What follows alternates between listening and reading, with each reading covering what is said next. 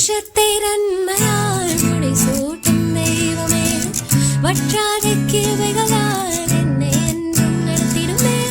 வருடத்தை நன்மையால் முடிசூட்டும் தெய்வமே, வற்றாத கிருபைகளால் என்னை என்றும் நடத்திடுமே. தடைப்பட்ட நன்மைகள் எல்லாம் இந்த ஆண்டு நடத்திடுமே. அடைக்கப்பட்ட கதவுகள் எல்லாம் இந்த ஆண்டு திறந்திடுமே. தடைப்பட்ட நன்மைகள் எல்லாம் இந்த ஆண்டு நடந்திடுமே. அடைக்கப்பட்ட கதவுகள் எல்லாம் இந்த ஆண்டு திறந்திடுமே.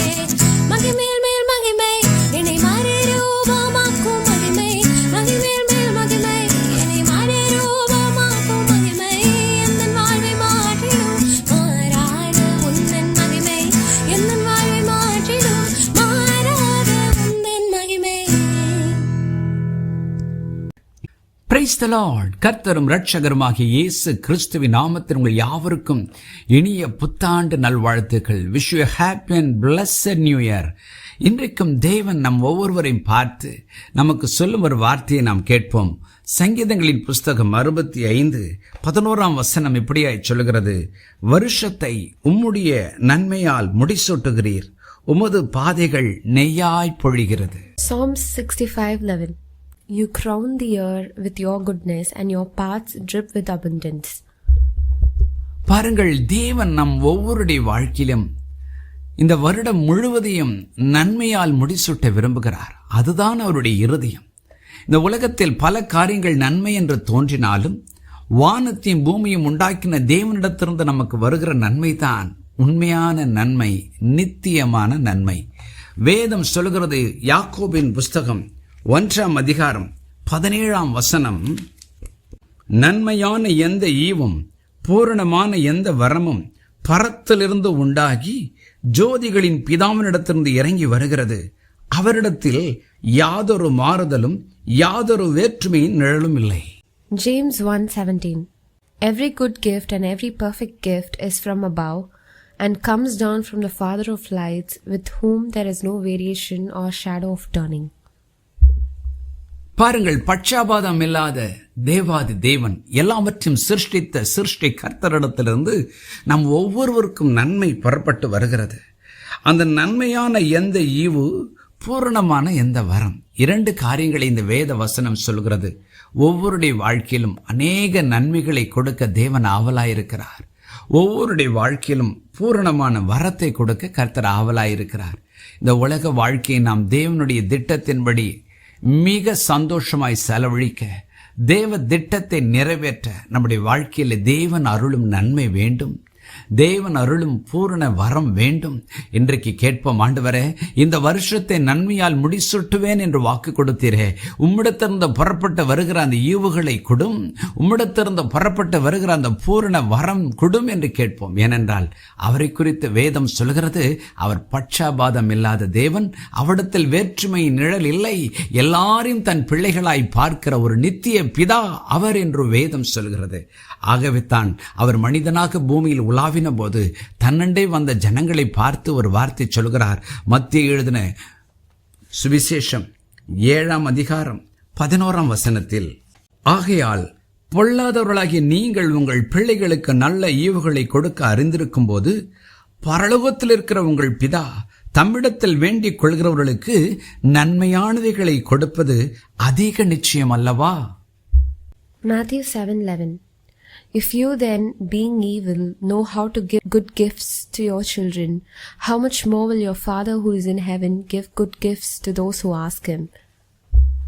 தேவன் ஒரு வைராக்கியத்தோடு, ஒரு சவாலோடு சொல்கிறார், நீங்களே உங்கள் பிள்ளைகளுக்கு நன்மையானவைகளை கொடுக்க அறிந்திருக்கும் போது நான் பரம பிதா என்னிடத்தில் வேண்டிக் கொள்கிற என் பிள்ளைகளுக்கு அதிக நன்மைகள், நித்திய நன்மைகள் கொடுக்க போதுமானவராய் இருக்கிறேன் என்று சொல்லுகிறார். இந்த வார்த்தைகளை கேட்கிற ஒவ்வொரு தேவஜனமே, இந்த வருடம் முழுவதையும் தேவன் தமது நன்மையினால் நிரப்புவார், அவருடைய நன்மையால் நிரப்புவார். அநேக காரியங்கள் நமக்கு நன்மைகளாய் தோன்றும், ஆனால் தேவனுக்குத்தான் தெரியும் அது உண்மையாக நன்மையாக இருக்குமா இல்லையா. இன்றைக்கும் அநேகர் தங்கள் வாழ்க்கையின் தேவைகளுக்காக, துணைக்காக, தொழிலுக்காக, குடும்பத்துக்காக, ஊழியத்துக்காக அநேக காரியங்களை நன்மைகளைப் போல பார்க்கிறார்கள். ஆனால் தேவனிடத்தில் கேட்போம், ஆண்டவரே, என் வாழ்க்கையில் நீர் நியமித்திருக்கிற நன்மை விண்ணகத்திலிருந்து எனக்கு நீர் கொடுக்க வேண்டும் என்று சொல்லி ஜெபம் பண்ணுவோம். உம்முடைய சித்தத்தின்படி கொடும் என்று சொல்லுவோம். வேதம் சொல்கிறது சங்கீதம் 84:11 உத்தமமாய் நடக்கிறவர்களுக்கு நன்மையை வழங்காதிரார். சங்கீதம் 85:12 சொல்கிறது கர்த்தர் நன்மையானதை தருவார். ஆம், தேவன் கொடுக்கும் முதல் நன்மை என்ன? அவருடைய தூய ஆவியானவர், அவருடைய பிரசன்னம், அவருடைய சமூகம் நமக்கு கொடுக்கிறார். இன்றைக்கு கேட்போம், ஆண்டவரே உம்முடைய பரிசுத்த ஆவியானவரை எனக்கு தாரும். என் வாழ்க்கையில் அந்த நன்மை வேண்டும். உலகத்தில் உள்ள எல்லா நன்மைகளை காட்டிலும் மேலான ஒரு நன்மை கடவுளுடைய ஆவி, தூய ஆவி, தேவனுடைய ஆவி, பரிசுத்த ஆவி. அந்த நன்மை எனக்கு வேண்டும் என்று கேட்போம்.